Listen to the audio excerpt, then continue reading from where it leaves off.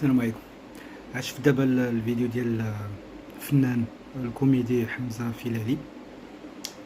فيديو فيها 3 ديال الاجزاء اللي حطها بانستغرام ديالو. ماشي سهل انك تخرج وانت شخصيه معروفه وتخرج تكون الناس راني غلطت ودرت واحد الحاجه اللي ما كان خصني نديرها، يعني انك تهضر على راسك وتعترف بخطا درتيه اون بلان بوبليك بور كيلكان اللي هو ان انفلونسور، حيت بغينا ولا كرهنا عنده لي ميليي دو فولوور في انستغرام في لي ريزو سوسيو. حمزه فيلالي كنعرفوهم شحال هادي من ايموراجي من بزاف ديال لي شو اللي دار، وهاد الشجاعه ديالو باش انه يعترف غلط بزاف، وكانوا بزاف الاخبار خرجات ديال كريديات ديال الفلوس من الامارات، بروجي في كازا مع داكشي المهم الروينه الكحله كنتوقع عليه كاملين كنغلطوا، ولكن باش انه يخرج ويهضر ويعترف ويقول للناس انا غلطت، انا درت الحرام وندمت وبغيت نتوب وبغيت ندير بزاف د الحوايج، هذه ما هي الا شجاعه منه. وكيبين ان لان الراجل ما يمكنش يهضر ويعترف براسو بحاجه خايبه الا وانه فريمون تقاس بها وانه عارف بان ما كانش عليه يديرها، وهذه حاجه اللي كنحييه عليه، لان قليل اللي غيعترف انه دار شي حاجه خايبه، خصوصا في هذا العهد ديال لي ريزو سوسيو. كلشي كيبغي يبان ملاك، كلشي كيبغي يبان زوين، كلشي كيبغي يبان انه ما كدار حتى حاجه خايبه.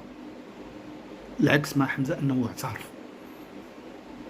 قال انا درت وخديت كريديات عند الناس، خديت فلوس ودرت بروجي اللي ماشي هو هذاك، المهم الروينه.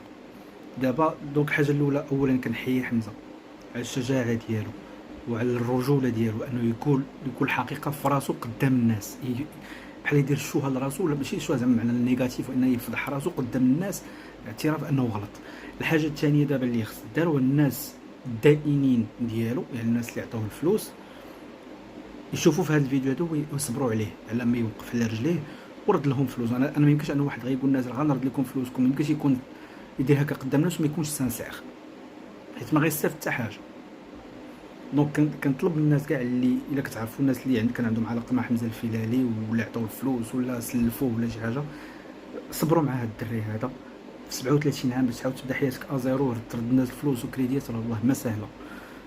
كنتمنى انكم تصبروا عليه، عطيوه وقت، وان شاء الله دقه دقه كلشي غياخذ فلوس. انا والله ما كنعرف حمزه، ما كندافع عليه مالو، ما يعجبني الفيديو ديالو، الشجاعه ديالو، حاجه اللي هي قليله بزاف في هذا الوقت. برافو اخويا حمزه، توكل على الله وترجع كما كنتي، ترجع مزيان ودير فيديوهات ودير لي شو ديالك، الناس راه غادي يجيو يساندوك وغيعاونوك، وتحيه ليك وتحيه لكاع الناس اللي كيقولوا الاخطاء ديالهم وما كيبقاوش يمثلوا على عباد الله.